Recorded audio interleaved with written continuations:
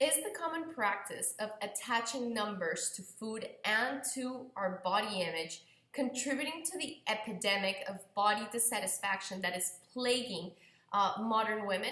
And for me, the answer is yes. And I can say this coming from 20 years of experience as a holistic health and fitness consultant.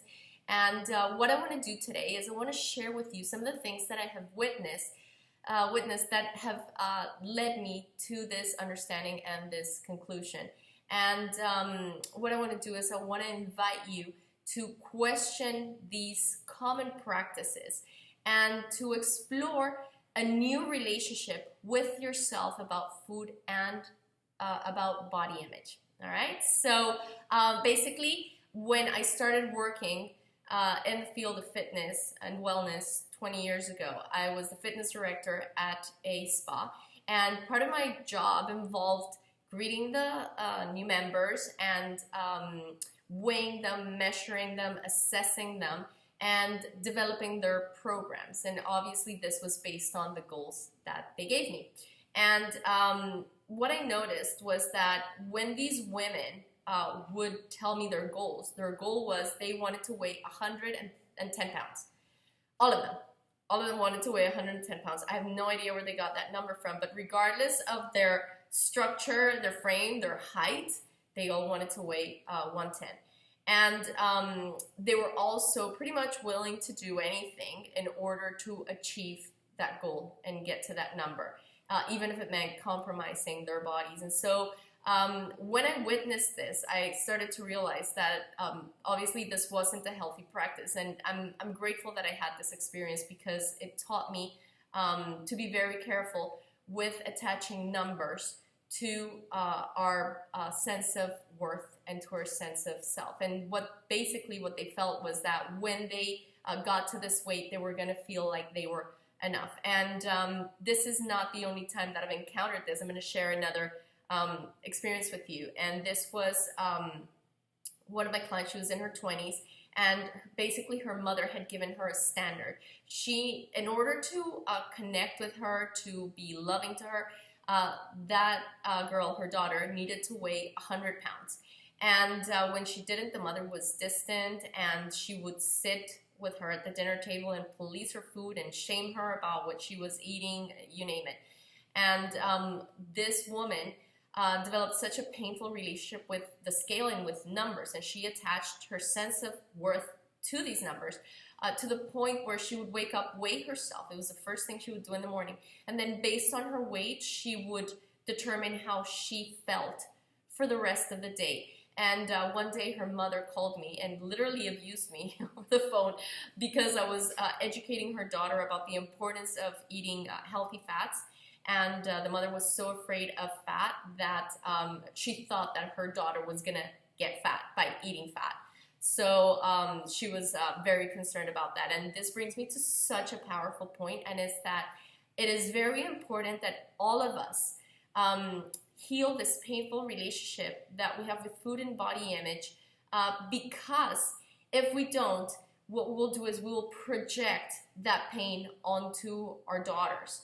And, you know, I'm not saying that mothers are bad. I'm not saying that they don't love their children. What I'm saying is that we give what we have. And so if our relationship with food and body image is a painful one, we can say whatever we want to, but the children will actually connect with our energy, with our actions, and that's what we'll teach them. So it's very important that we establish a healthy relationship with ourselves about food and with body image, so that our children can also learn to relate themselves in a healthy way to both. So another one of the things that I've witnessed, and this I'm going to share, is coming from my experience being married to a man who's founded a institute that educates personal trainers, strength and conditioning coaches, the rehab professionals. And we are exposed to such a wide array of trainers, and we've educated trainers basically around the world. And one of the things that we've learned is that just like what I was saying with the mothers, if people don't have a healthy relationship with food and body image, they will project that in the case of trainers, onto their clients. So one of the big things we do is we try to help them reframe that relationship so that they can educate their clients about empowered practices that work with their body, not against it. So in saying that, I've met so many trainers throughout my career, and I was in Melbourne, and we were teaching a workshop, and one of the students came to me and she said that 3 weeks prior to coming to the workshop, she had been on stage competing, and she said that just the whole process of getting there and getting herself so lean was basically grueling, and that it was miserable. And now, basically, her body was invoicing her for putting her body through such a level of stress and deficit.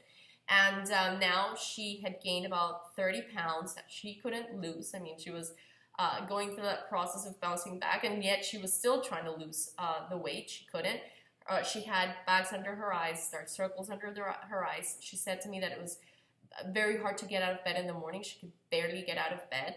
She was exhausted and had digestive problems. I mean, her health was really going on her. And she said to me, like, I can't believe that I put myself through this so that I would stand on stage, so that I would be judged and told that I still, regardless of all this sacrifice that I did, that I still wasn't enough, and that I had to either get leaner for next year's competition or grow a particular muscle, or whatever it was that she was told she needed to do in order to place better next time. And so one of the things that I want to point out is that a lot of the imagery and a lot of the practices that people believe they need to engage in to look a certain way come from bodybuilding, from fitness competitions. And what I want the average person to understand is that these are people that are taking their bodies to the extreme, and this requires extreme measures that work against the body. And as I've said to you, I've been in this world long enough and engaged with enough people to know that this doesn't only stress women, it also really stresses men.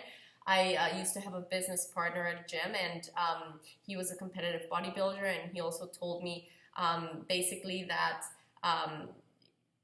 he was also miserable as he was going through this process. And I've had, as I said, other students that I've had conversations with that have described the same pattern, and I just keep hearing this over and over again, and how then eventually they start having health problems. And some people connect the dots and realize that it's because they've been engaging in those practices. Other people don't. But the main point here is that why are we telling the general population to pursue these extreme bodies and also to engage in these practices that not only tend to compromise their physical health, but here's the icing on the cake, can compromise your mental, emotional health.